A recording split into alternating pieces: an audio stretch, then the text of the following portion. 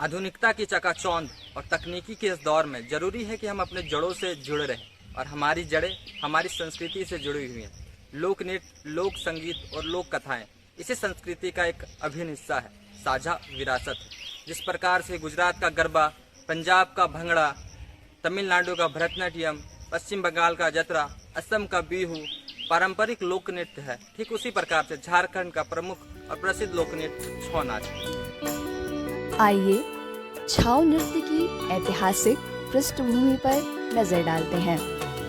छाऊ आदिवासी और मूल निवासी समुदायों की पारंपरिक लोक नृत्य है। छाऊ नृत्य की शुरुआत झारखंड राज्य के सरायकेला जिले के अंतर्गत सुदूर ग्रामीण क्षेत्र में पौराणिक काल या उससे भी पहले हुई थी, जिसके बाद पश्चिम बंगाल के पुरुलिया और उड़ीसा के मयूरभंज तक इसका विस्तार हुआ।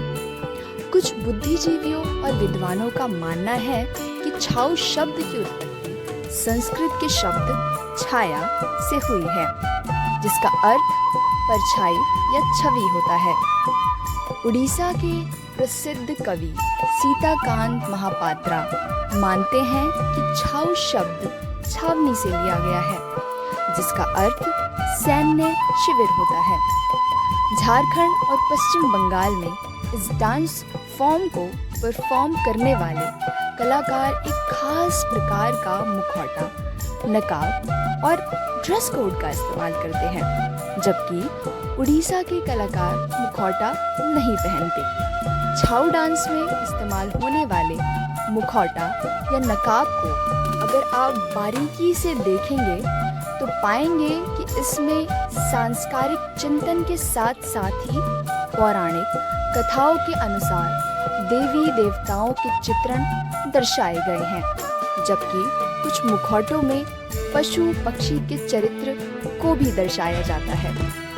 पारंपरिक लोक नृत्य छऊ ने कामयाबी की कई इबारतें लिखी हैं। इसकी लोकप्रियता एवं सांस्कृतिक और ऐतिहासिक महत्व को देखते हुए यूनेस्को ने वर्ष 2010 में representative list of intangible cultural heritage of humanity यानी मानवता की अमूर्त सांस्कृतिक विरासत के तौर पर शामिल किया था।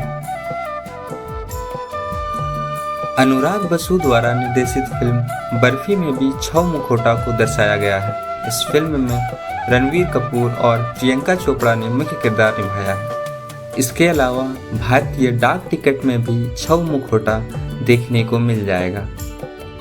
इस ट्रेडिशनल डांस फॉर्म ने आईपीएल में भी अपना परचम लहराया है। 29 मई 2022 को अहमदाबाद के नरेंद्र मोदी स्टेडियम में आईपीएल समापन समारोह के दौरान नटराज कला केंद्र और अंतर्राष्ट्रीय छऊ नृत्य के कलाकारों ने छऊ नृत्य प्रस्तुत किया था। स्टेडियम में मौजूद लगभग 1 लाख लोग छऊ नृत्य से लुत्फानंदोज हुए थे, साथ ही झारखंड की धरोहर और सांस्कृतिक विरासत के साक्षी बने थे।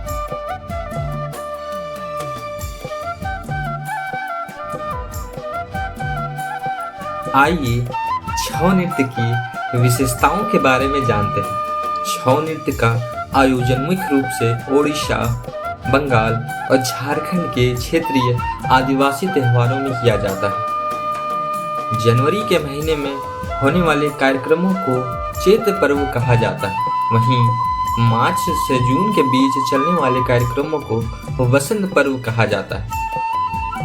इस ट्रेडिशनल डांस फॉर्म के स्टेप्स और मूवमेंट्स को बारीकी से देखेंगे तो पाएंगे कि इसमें आदिवासी योद्धाओं की लड़ाई की तकनीक एवं पशु की गति और चाल को प्रदर्शित किया जाता है।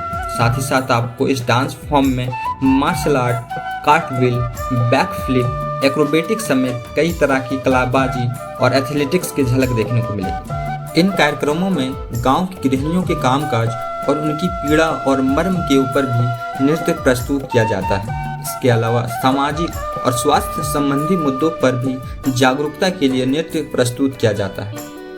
इस डांस फॉर्म को मुख्यतः पुरुष डांसर ही परफॉर्म करते हैं, जो मुख्यतः परंपरागत लोक कलाकार होते हैं या स्थानीय समुदाय के लोग। यह नृत्य ज़्यादातर रात को एक अनावृत क्षेत्र में किया जाता है जिसे अखाड़ा या असार भी कहा जाता है। यह डांस परंपरागत एवं लोक संगीत की धुन में प्रस्तुत किया जाता है। इसमें मोहरी एवं शहनाई का इस्तेमाल होता है। इसके अलावा तरह तरह के ढोल, धुमशा, खरका आदि लोकल म्यूजिकल इंस्ट्रूमेंट्स का भी प्रयोग होता है।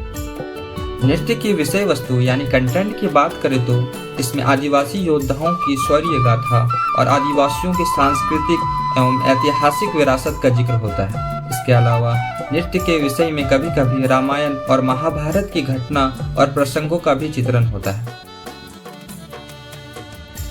छऊ नाच मूल रूप से मुंडा, महतो, कालंदी, पत्तनिक, शमल, दरोगा, मोहंती, भोल, आचार्य, कर, दुबे और शाहू संप्रदाय के लोगों के द्वारा किया जाता है। वहीं छऊ नाच के संगीत की बात करें तो छऊ नाच का संगीत मुखी, कालंदी और धदा संप्रदाय के लोगों के द्वारा दिया जाता है।